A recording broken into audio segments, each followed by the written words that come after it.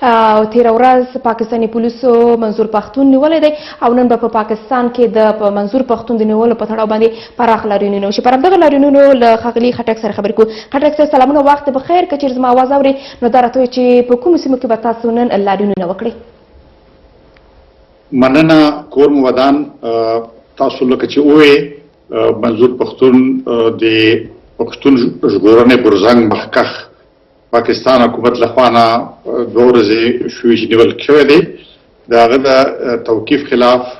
نن په پښتونخوا کې او د پاکستان په نورو ښارونو کې لاریونونه کېږي چې دا به وزیرستان، ټانک، ډېره اسماعیل خان، پېښور، صوابۍ، مردان، سوات، کویټه، پشین، ژوب، نورالای، همدغسې لاهور، کراچۍ، کویټه او نورو ښارونو کې به هم کېږي. او دې علاوه پاکستان نه بهر نړۍ کې مختلفو ځایونو کې چې پښتون افغان کوم ځای کې اوسي هلته کې به هم لاریونونه کېږي. په واشنګټن کې، په اروپا په مختلفو ښارونو کې به هم داسې لاریونونه وي. خټک صاحب، که دا راته وایي چې کوم لاریون چې تاسو په لار اچول د لاریون کوئ، په دغه لاریون کې به هم اساسي غوښتنې له پاکستاني حکومت څخه څه وي؟ په دې کې خو طبعا چې اوس وخت کې اساسي غوښتنه د منظور پښتون او د نورو بندیانو، سیاسي بندیانو د خلاصون غوښتنه ده، کوم چې پاکستان حکومت بغیر د کوم قانون نه نیولې دي او بندیان کړي دي. مګر حقیقت کې تاسو کو ګورئ منظور پښتون په داسې وخت کې ونیولی شو چې هغه 3 لوی قدمونه اوچت کړي دي. اول قدم دا و چې هغه وایي چې هغه غواړي چې دلته کې پاکستان کې دننه چې پښتانه دي دی راټول شي او یو جرګه وکړي، یو کنفرانس وکړي چې په هغې کې د دې جنګ مخالفت وکړي، کوم جنګ چې په افغانستان کې روان دی او په کوم کې چې پاکستان ضروري مداخلت کېږي. اساسي غوښتنه دا وه چې دا مداخلت بند کړی شي، په افغانستان کې د جنګ اور ته لمن نه وهل کېږي. نو اساسي غوښتنه دا وه. دې نه علاوه منظور پښتون نن او سبا په ټانک او بیرانشاه کې د وزیرستان خلک چې دي هغوی لاریونونه هم کوي او پرلت تکیدي. د هغوی غوښتنه دا ده چې د هغوی کورونه تباه شوي وو، جوړ شوي وو. په دې تش په نوم جنګ چې ترهګرۍ په ضد دلته کې جریان درلود، دوی بې کوره شوي وو. نو دوی سره وعده شوې وه چې دولت لخوا نه چې دوی ته به معاوضې ورکول کېږي چې هغه تر اوسه پورې ورکول شوي نه دي. او درېیمه خبر دا ده چې پښتون ژغورنې غورځنګ په داسې وخت کې راپاڅېدلی دی چې افغانستان کې د سولې خبرې روانې دي. نو د پاکستان حکومت تر ډیره پورې ویل کېږي چې پاکستان حکومت د منظور پښتون یا دغه کوم غورځنګ چې د دوی غوښتنې منلې دي، رښتیا هم داسې کوم څه لیدل کېږي؟ رښتیا هم د پاکستان ځواب د دوی غوښتنو ته لبیک ویلی دی، د دوی غوښتنې منلې دي؟ که چېرې غوښتنې منل شوي وي نو د منظور پښتون نیول کېدل په څه معنا کېدای شي؟ نه دي منلې، غوښتنې نه دي منلې. 2 کاله نه پښتون ژغورنې غورځنګ وایي چې مثلا په دغې ولسوالیو کې، اضلاعو کې چې افغانستان ته ورڅېرمه دي، دلته کې ډېر ماینونه دي. دې ماینونو له لاسه هره ورځ انسانان مري، خصوصا ماشومان مري. تر اوسه پورې دا ماینونه نه دي صفا شوي. دغسې خلک تړي تم شوي دي، زرګونه خلک تړي تم دي. هغوی باید بېرته راوستل شي، دا نه دي راوستل شوي. همدغه رنګه دا چې کوم تاوان شوی دی د کورونو او د بازارونو د تباه کېدو په عملیاتو کې، نظامي عملیاتو کې، هغې تر اوسه پورې تلافي نه ده شوې. همدغه رنګه هغوی وایي چې په پاکستان کې چې پښتنو سره کم چلن کېږي دا د یو آزاد دیموکراتیک ټولنې نورمونو خلاف دی. نو دا دغه یوه خبره هم نه ده منل شوې. او 2 ورځې مخکې آیا تاسو تر دې دمه پورې د منظور پښتون د خلاصون په تړاو له پاکستاني حکومت سره خپلې غوښتنې شریکې کړې دي؟ که نه تاسو ورته ویلي چې باید منظور پښتون دا چې بې ګناه نیول شوی دی باید د دې د خوشي کېدلو په تړاو باندې دوی ډېر زر اقدامات ترسره کړي؟ عجیبه خبره دا ده چې 3 ورځې مخکې د پاکستان د اوسني حکومت دفاع وزیر پرویز خټک ویلي وو چې دوی غواړي چې پښتون ژغورنې غورځنګ او د هغه مشر منظور پښتون سره خبرې اترې وکړي. او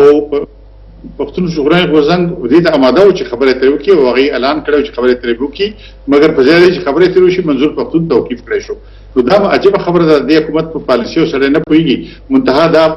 نن به دوی پوه شي ځکه چې ټول خلک به راوځي او په ډېرو ښارونو کې به لاریونونه کېږي، پروتست به کېږي او د هغې عمده غوښتنه به منظور پښتون خلاصون دی او کدا ود شو دا نوزت خو ورسته ورځ زیاتېږي دینه مخکې تاسو ویل دوی محسن داور او علي وزیر او عبد الله ننګیال او نور ډېر ګڼ کسان نیولیو څو میاشتې شپږ اته میاشتې هغه په بندیخانه کې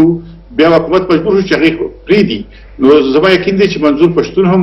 دوی ډېره موده پورې توقیف نشي ساتلی ځکه چې دلته کې ولسونو پراخې پرګنې د هغه د خلاصون غوښتنه کوي مګر که پاکستان غواړي نو وضع نوره به کړکېچنه شي وضع به نوره هم تریخوالي طرف ته لاړه شي. بله خټک صاحب تاسو همدا اوس ویل چې تر دې وړاندې هم د دغه غورځنګ ډېر مشران نیول شوي دي د هغوی په بندخونو کې میاشتې تېرې کړې دي که چېرې همداسې ستاسو غړي نیول کېږي فکر نه کوئ چې تاسو به په دې برخه کې خپل مبارزې څخه په شا شئ تاسو داسې کومه ویره لرئ چې ګواکې که چېرې هغوی بندي کېږي تاسو به هم د دې مبارزې نه پر شا شئ ویره دلته شتون لري که نه تاسو خپلې مبارزې ته دوام ورکوئ نه مبارزه به ادامه وکړي لکه چې تېرو څو میاشتو وښودله هیڅ نیول چې هغه د دې غورځنګ مخه ونه نیولای شو او نه به ان شاء الله آینده کې ونیسي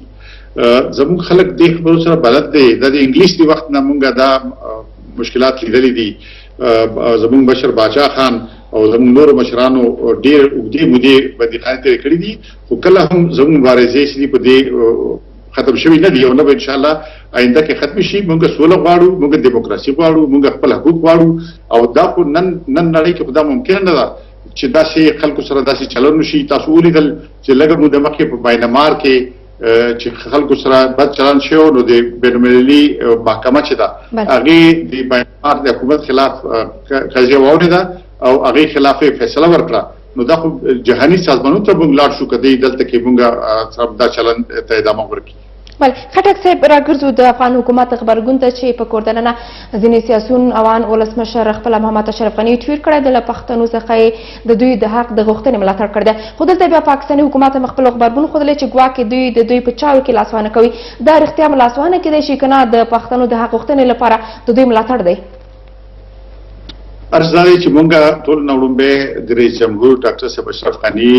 د افغانستان کې ستر سیاسي مشر محترم محمد کرزي صاحب او نورو مشرانو نه ډیره مننه کوو چې هغوی همبستګي ښکاره کړه او دا خو یو اخلاقي معنوي حمایت و دا په دې معنی نه ده هغوی وایي چې دا خلک سوله غواړي او دوی په خپل ملک کې حق غواړي خپل ځان دپاره چې کوم اساسي حقوق دي بشري حقوق دي نو دا هغوی مداخلت نه ده کړې دا لاسوانه په معنی نه ده پاکستان روزانه اعلامیه صادروي کشمیر باره کې او جهان په نورو ځایونو باره کې پاکستان روزانه وایي چې طالبانو سره خبرې وشي او دلته کې خبره تر په ځای باندې خلک بندیخانو ته چې خلک ځپي نو عزتونه چې دي هغه تر ګوزار لاندې راولي دا خو د همبستګۍ انساني همدردۍ اظهار دی دا په هېڅ معنا سیاسي مداخلت نه دی او د پاکستان حکومت هسې غلط وینا کړې ده فکر کوئ چې د منظور پښتون په خلاصون کې به د افغان حکومت د افغان سیاسیونو ملاتړ مؤثر تمام شي یقینا همبستګي خو ډیره مهمه ده او ځکه چې امن سوله زموږ شریک مرام دی افغانستان کې سوله پاکستان کې سوله او دیموکراسي او اساسي حقوق بشري حقوق دا خو ګډه دایه ده ګډ مرام دی کې خو د دې هیوادونو خبره نه ده نړۍ کې هر ځای کې چې بشري حقوق مسله به موږ ټول یو غیر همبستګي ښکاره کوو موږ مننه کوو د خپل افغانانو وروڼو خویندونه چا چې په دې موقع باندې همبستګۍ غږ کړی دی موږ رښتیا خبره چې زړه کومې د هغې نه مننه کوو بله خټک صاحب که چیرې منظور پښتون خوشې نه شي ډېر وخت په زندان کې پاتې شي د پښتنو غبرګونونه به څه وي نو ما یقین دی چې دلته به پاڅونونه به نور هم وشي سیاسي پاڅونونه به وشي پښتون ژغورنې غورځنګ چې دی هغه عدم خشونت باندې باور لري یعنی بیخي سوله ییز سازمان دی او هېڅکله به خشونت ته مخه ونه کړي خو په سوله ییزه توګه به خپله مبارزه زیاته کړي او پاکستان کې هسې هم ډېره نارامي ده خلکو ته ډېر مشکلات اقتصادي ستونزې ډېرې زیاتې سیاسي بې ثباتي موجوده ده د حکومت ډېر ضعیف دی اپوزیشن ګوندونه هم تنګ شوي دي نو ما یقین دی چې که دا وضع ادامه وکړي نو د منظور پښتون د خلاصون جوبې شي دې کې به نور ګوندونه هم شامل شي نور سازمانونه هم شامل شي پرون هم دلته مطبوعاتي کنفرانس په اسلام آباد کې هغې ته نور ګوندونه هم راغلي وو پیپلز ګوند پښتونخوا ملي عوامي ګوند او نور سازمانونه هم راغلي نو ما یقین دی چې اوسه پورې د هیومن رائټس واچ لخوا نه اعلامیه راغلې ده، عفو بین المللي سازمان لخوا نه اعلامیه راغلې ده، د پاکستان د بشري حقوقو کمیشن لخوا نه اعلامیه راغلې دي او په میډیا کې هم ډېرو خلکو غږ پورته کړی دی. نو ما یقین دی چې دا نوزاد به پراخېږي او پاکستان خټک سره دي چې دومره نړیوال د پښتنو د حق غوښتنې لپاره مبارزه کوي، اعلامیې نشروي یا هم د دوی سپورټ کوي، فکر کوئ چې ولې پاکستان حکومت د پښتنو غوښتنو ته لبیک نه وایي، د دوی غوښتنې نه منل کېږي؟ آیا دغه نړیوال فشارونه به وشي کولی چې بالاخره د پښتنو د حق غوښتنې په برخه کې مؤثرې تمام شي او پاکستان حکومت دې ته اړ کړي چې د پښتنو حقوق ورکړي؟ حقیقت دا دی چې پاکستان کې په ظاهري شکل کې یو ملکي حکومت ناست دی، مګر دلته په عمل کې یو نظامی واکمني موجوده ده. موږ ته دلته مارشل لا وایو، یو نایلان شوی مارشل دلته موجوده ده او دلته کې ډېر سیاسي خلک چې دي هغوی سره چلن کیږي، بندي خانو ته خلک لګل کیږي مختلفو تورونو لاندې. نو پاکستان کې سیاسي بندیان شته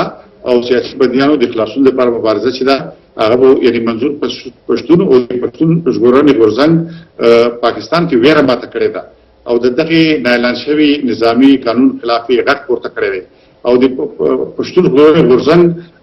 غږونه یا نارې یا شعارونه دومره محبوبیت پیدا کړی چې پاکستان کې نور خلک یې هم اوس اوچتوي. حتی هند کې دهلي کې چې کوم محصلینو شعارونه کړي دي همدغه شعارونه تکرار کړي دي کوم چې د پښتون ژغورنې غورځنګ شعارونه نو دا یوازې د پښتو ژبو پورې محدود غورځنګ نه دی، دا د بشري حقوقو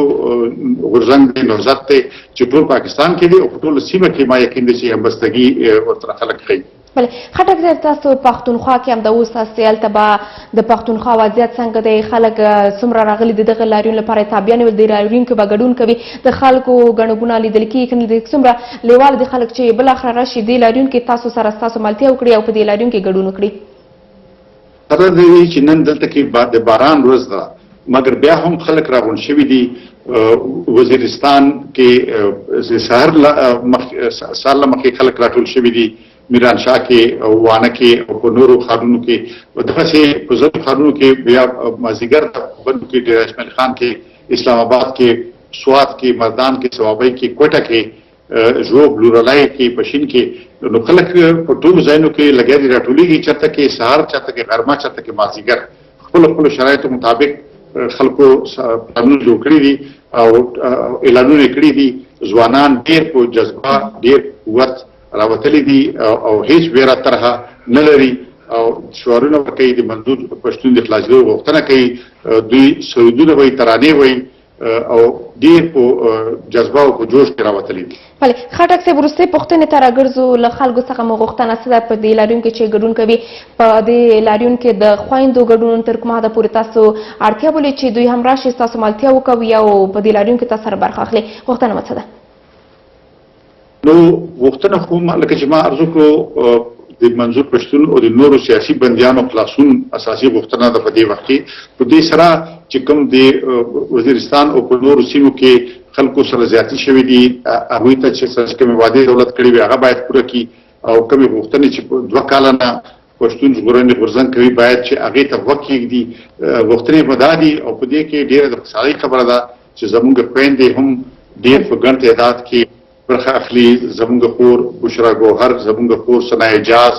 او نورې جمیله ګیلاني او نورې درنې مشرانې هم په دې